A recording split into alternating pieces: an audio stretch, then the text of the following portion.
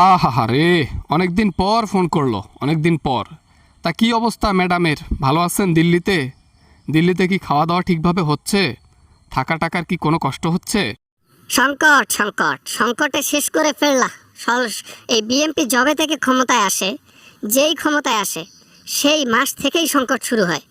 একেবারে এত চুরি করা লাগে। আমরা চুরি করি না, আমরা চুরি করতে চাইও না।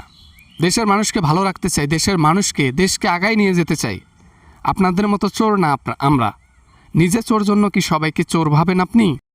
বাবা না মানে দেখেন, এই যে আমি কিন্তু হ্যাঁ চুরি করছি, সেটা ওপেনে বলতে হবে। এগুলো তো মানুষ দেখবে, হ্যাঁ চুরি করেছি, তা কি হয়েছে? দেশের পাবলিক জানে আমি চুরি করছি, কিন্তু উন্নয়নও তো করছি। দেশটাকে চুরি কইরা শেষ করে ফালাইছেন, এখন বলতেছেন আমরা সংকট রাখছি, সংকটে পড়ছি, আমরা চুরি করছি। হ্যাঁ, দোষ তো মানুষকে ভালোই দিতে পারেন, অথচ নিজের পিছনে এখন অগু। আরে কখনো পেট্রোল পাম্পে আমি যখন ক্ষমতায় ছিলাম সিরিয়াল লাগে নাই, লোডশেডিং হয় নাই, গ্যাসের দাম এত বৃদ্ধি হয় নাই। বিএনপি আসা মাত্রই তিনটা জিনিসের দাম বেড়ে গেল, যে তিনটা মেইন জিনিস। সংকট এসে গেছে, স্যাডেনলি হয়ে গেছে। এখন স্যাডেনলি কোনো কিছু যদি হয় সেটা তো আমাদের হাত না। হরমুজ বন্ধ করে দেওয়ার কারণে কিছু সংকট আমরা পড়েছি, এই সংকট থেকে মুক্তি পাবো ইনশাল্লাহ। বিএনপি কখনো সংকট থেকে মুক্তি পায় না, উল্টো বিএনপি আরো মনে করেন সংকট আরো বৃদ্ধি করায়। সংকটের পরিমাণ এত পরিমাণ বাড়বে, শেষে আমাদের মতো বিদেশে গিয়ে পালাই থাকতে হবে তোমাদের। ইনশাল্লাহ কখনো যেন পালাতে না হয় সেই সিস্টেম করব। বাংলাদেশের মানুষকে এমন জায়গায় গিয়ে দাঁড় করাবো যেন পুরো পৃথিবী দেখে বাংলাদেশের মানুষকে, দেশকে এমন জায়গায় দাঁড় করাবো।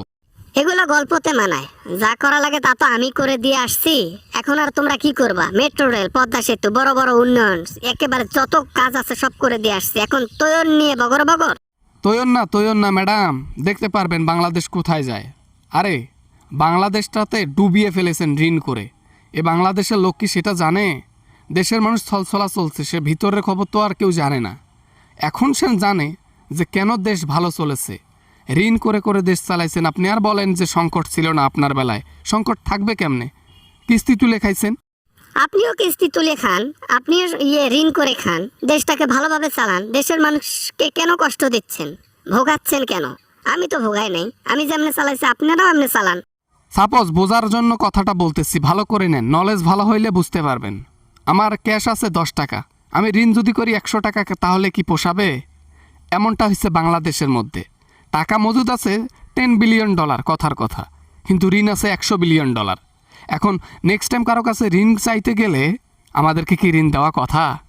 পাঙ্গু মেরে দিয়ে গেছেন আপনি।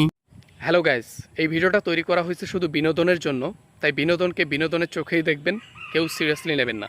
বাই দ্য ওয়ে, ভিডিও ভালো লাগলে একটা লাইক করবেন, বন্ধুদের সাথে চাইলে শেয়ার করতে পারেন যেন তারাও দেখে হাসে। ওকে, তো এমন ভিডিও আরও পাইতে সাবস্ক্রাইব করবেন চ্যানেলটি। আর দেখা হবে নেক্সট টাইম কোনো ভিডিওতে। ভালো থাকবেন, সুস্থ থাকবেন, খোদা হাফেজ।